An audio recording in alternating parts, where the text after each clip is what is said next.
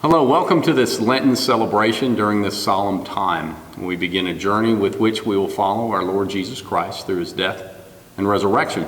It's a time with which we can understand God's love for us in a very deep and personal way. As God becomes man, we can actually love him in a deep manner. As one cannot really love something one thinks about, but one can only love what they put their arms around, another person. And as we welcome this baby, this child Jesus, into life, we follow him into his death. Those things that are difficult, those things that involve sin and suffering and death, that we may share in his resurrection.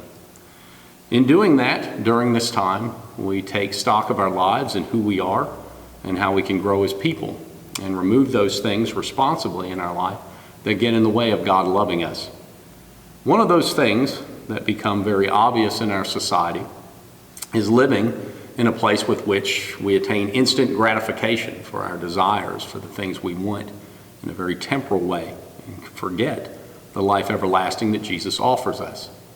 For example, in the late 70s and early 80s, there was a financial consultant and someone who developed a financial set of recording and investments named Peter Lynch. He worked for Fidelity Corporation.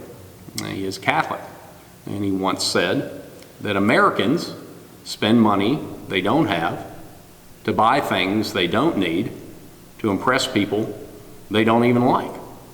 That is a form of this kind of consumerism that we can get caught up in, that we consume other people, consume goods, and forget the life that lies in front of us. To deal with that, the church gives us very direct things. One is called this concept of prayer. Many of us have heard of that, but many do not do that as often as we should.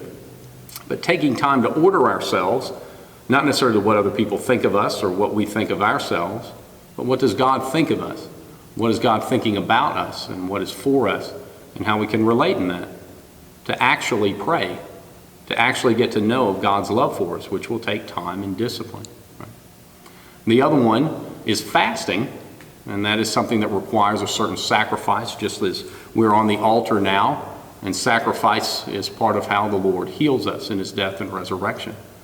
Taking time to roll back those things in discipline with which we desire too much in the immediate and the kind of consumerism that goes on, and develop a sense of self-control, which everybody talks about wanting, and let it slip through our fingers very often. The other part of that is almsgiving, which is a word you kind of only hear in church. It just means giving of oneself and giving the different things that we've developed in our lives to those that are in need, that we kind of come out of ourselves. So we develop a sense of prayer in relation to God, a sense of discipline in who we are, and a sense of how we serve others, and making our lives full of meaning and full of purpose, that we follow the Lord on his death and ultimately his resurrection. Those are the kinds of things we're going to go through in Lent, and I hope you participate in that and follow us along the way.